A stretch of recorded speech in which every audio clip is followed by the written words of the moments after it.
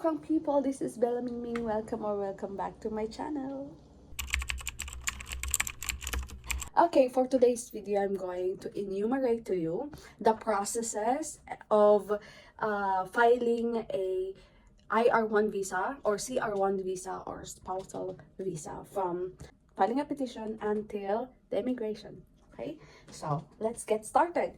First is submit a petition. Yung magsasubmit po ng petition is yung US citizen. So, in my case, yung husband ko po ang nag-submit ng petition. Pero, yung pagsasubmit po ng petition, you are still involved there because there is part of the I-130 that you will fill out.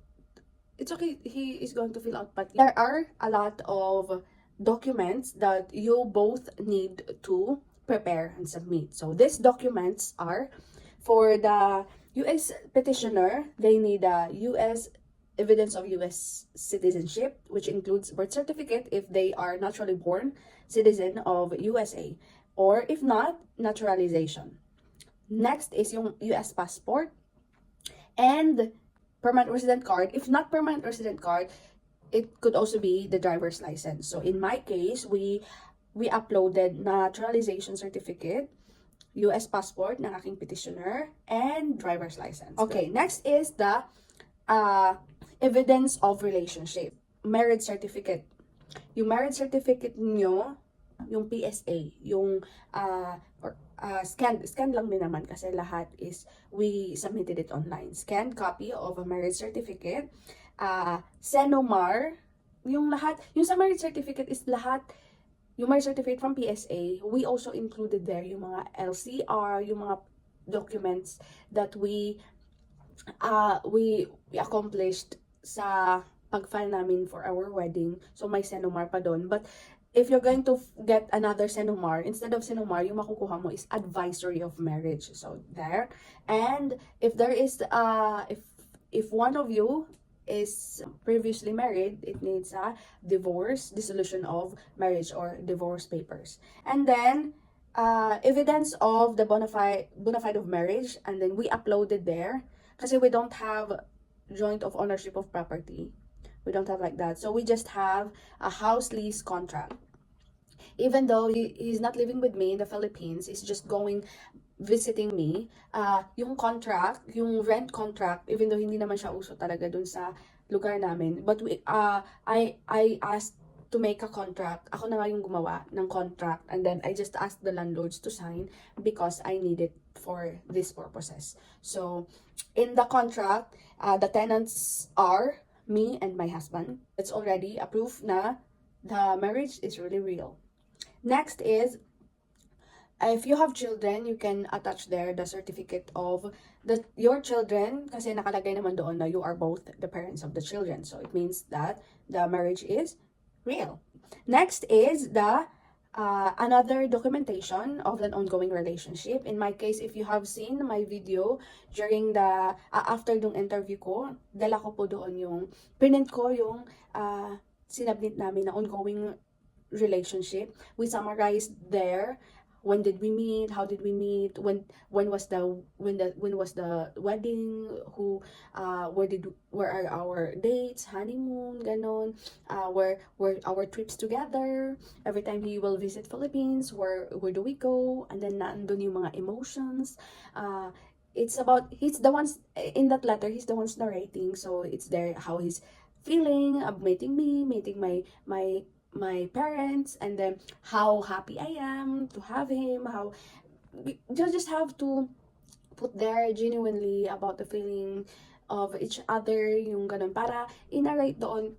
We also screenshotted there yung mga love letters na sinesend namin every time we are going to celebrate our anniversaries, monthsaries, na LDR, kahit LDR kami, we're also celebrating that one. And then also yung mga chats na ongoing yung communication. You have a constant communication. Ganun. And then, proof of legal name change. That's in my case. So, lahat ng IDs ko na change yung sa single na name ko, surname ko, to his name. So, and then married na ako doon. So, lahat ng mga IDs ko na change into a married status na. So, gamit ko na yung pangalan niya. All the IDs, all the documents na nandun. Then, especially my PRC, hindi, matagal ko kasi siyang nakuha. So, yung chinage ko yung mga PhilHealth ko, ganun, mga BIR, something.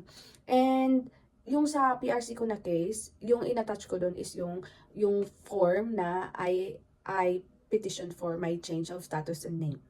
And then, 2 photographs, 2 passport style photographs. So, yung digital photograph, I went to a digital Photoshop, ganun. You search in the Google, ano yung tamang passport size, ano yung nakalakip doon, hanggang dito ba, or ganitong face lang ba. Kasi there is a definite dimension, size, hindi naman siya size, pero ganito siya, ganyan, dito. Tapos, dapat kita yung tenga mo. Okay? And then, there is a payment na during our time, that was May 2022. It's $535. So, we submitted the petition officially May 2022. And after a year, yes, you heard me right, 1 year po kaming naghintay. After a year, it's still May 2023, we received an email na ang aming petition ay approved na. And then, after 5 days of that email, we received another email na our case is forwarded to the NVC. So, in NVC, you are going to complete a lot of things in NVC. So, sa NVC, it's like second step na siya, okay? In that email, it is an instruction that you're going to make an account there, you're going to log in and something. Ang mangyayari is, you have to pay another fees. There are 2 payments that you need to do. Yung immigrant visa application processing fee, which is $325. Affidavit of support, $120. So, when you click the pay now, it doesn't really accept the payment in an instant. Because we waited 5 days for that para ma-change kasi yung from pay now to paid. So, pag paid na, tsaka ka pa makakapag-proceed sa pag-file ng DS-260. And after that one, you have to prepare, dapat nakascan na yung iyong mga civil documents para i-upload nyo doon. So, and then, yung petitioner mo is going to fill out affidavit of support. It's a form. There's a downloadable yata yung sa kanya kasi may signature. For spousal, there are a lot of forms. Form I-864, 864-EZ, 864W, 864A. Yung sa amin is I-864. Yun lang, 864. Walang next. Just that. So, I-864. There is instruction there. You just have to follow.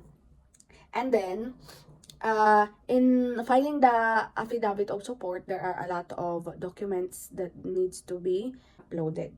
Yung tax niya, yung evidence of income, yung mga kung employed ba siya, yung mga paycheck niya, recent na paycheck niya, nandun, letter from the employee na or certification na he is employed, nandun din doon. Need din i-upload niya yung SSA, proof of assets, any other assets, mga ganun. And then, proof of relationship, which is the marriage certificate. And the proof of domicile or US status, yung sa case namin is yung naturalization and the driver's license. Yun yung kanyang in-upload doon. So, in the 5th day, when we checked it, it's already approved, yung payment. So, when the payment is already approved, that's the time that we, the beneficiaries, are going to fill out the DS-260. So, yung DS-260, yung advice ko po, if magpa-file po tayo ng DS-260, we need a stable internet connection because it will be filed online. Yes, online po. Pag natapos na natin i-fill up yung DS-260, yung confirmation page, i-print nyo mga 5 copies. Dahil you will need it for the medical exam, interview, and some other, kailangan din siya sa pagkuha ng CFO and any other agency. So, print na lang kayo ng 5. Okay. Then, yung mga civil documents po natin, yung birth certificate, marriage certificate, photocopy of the passport biographic part, yung first page lang. Wag niyong i-resize, whatever is it, kung anong size ng pag-photocopy, yun lang siya, yun lang din. And then, yung police certificate. So, yung gagawin nyo, yung ginawa ko, cam scanner yung ginamit ko. I took picture of my birth certificate, marriage certificate, yung photocopy ng passport ko, tapos yung NBI clearance ko. In-scan ko din yun. And then, it is in just one document. Kasi dapat naka-single document siya. And make sure na hindi siya lalampas sa 2 MB. Kasi yun lang yung kayang i-take ng website. After that one, after mo mag-scan, isa-submit mo na siya. May nakalagay din naman doon na submit now. Okay? After that, when we submitted, we waited for 2 months. After 2 months, they sent us an email na we are documentarily qualified na. Next is, pinakamahirap sa lahat, waiting time. Waiting time po namin is another year. Almost another year. So, 2024, April 2024, we received an email na we already have a schedule for the interview, visa interview sa immigration. Yung NVC, yung nag-schedule ng interview date ko. So, in between, in that email, sinasabi na I'm going to do medical exams as like extension clinic. So, I have a video about that. And then, after that, you are going to proceed. Wait ka sa appointment date mo. And then, for the interview, and I have my video also for that. Sa interview ko, anong nangyari, anong mga questions, anong mga documents na hinihingi. And, I was approved. Thank you, Lord. After 6 days, 6-7 days, ganyan, I received kasi kukunin nila yung passport mo, I received back my passport. Make sure that you're going to fill out yung nasa website din nila eh. Kailangan mong i-fill out yung saan nila isi-send. Kasi email siya, naka-LELBC nila. Where yung address, yung definite address, where are they going to send your passport back to you. Okay?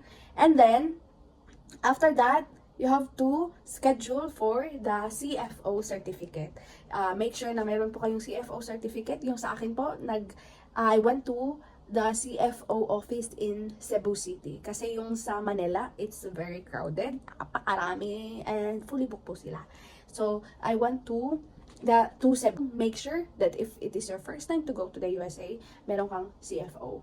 Kung wala kang CFO, yan ang dahilan kung bakit na-offload ang mga magmamigrate sa US. So, meron pa akong video, what are the questions sa immigrations and mga documents na hinihingi. So, all in all, it took us 2 years because we filed a petition May 2022. And then, na-approve po yung petition May 2023. Na-documentarily qualified sa NVC July 2023. And naka-receive kami ng email about my appointment for the interview was April 2024. And my interview date was May 2024. And I am here in Florida, July 2024. That's it. Be patient. Darating tayo dyan.